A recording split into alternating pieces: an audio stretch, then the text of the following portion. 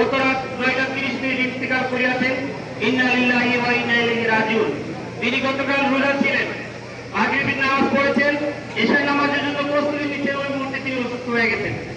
তো এই গ্রামে তিনি ছোট থেকে বড় হয়েছেন।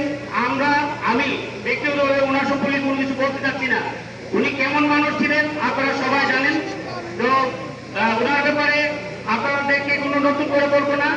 জানাজা পড়াবেন ওনার বড় মেয়ের জামাই জনাব হাফেজ মিজানুর রহমান, খতিব আশিরগঞ্জ তালচর শাহী মসজিদ এবং একটি মাদ্রাসা তিনি প্রধান শিক্ষক আসছে, এবং ওনার ছোট ভাই জনাব আবুল হাশিম মাস্টার সাহেব পরিবারের পক্ষ থেকে অল্প একটি কথা বলবে।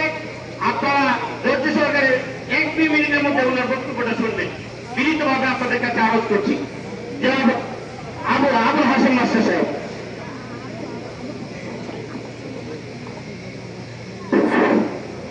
আউযু বিল্লাহি মিনাশ শাইতানির রাজিম।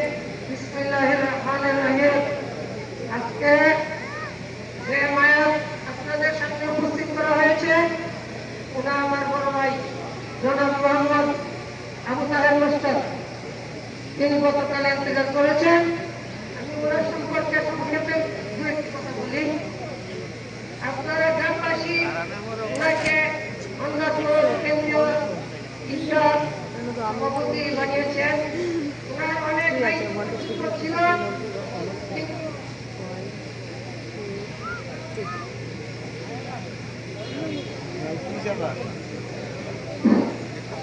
শারীরিক অক্ষমতার কারণে উনি দায়িত্ব সঠিকভাবে পালন করতে পারেননি।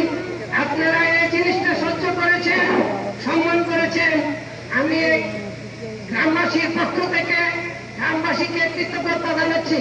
এখন বেশি কথা বলার সময় নয়, তাই আপনারা সবাই ওনাকে দোয়া করবেন, ওনার জন্য কামনা করবেন। এই প্রত্যাশা রেখে আমি আমার বক্তব্য শেষ করছি। আসসালামু আলাইকুম।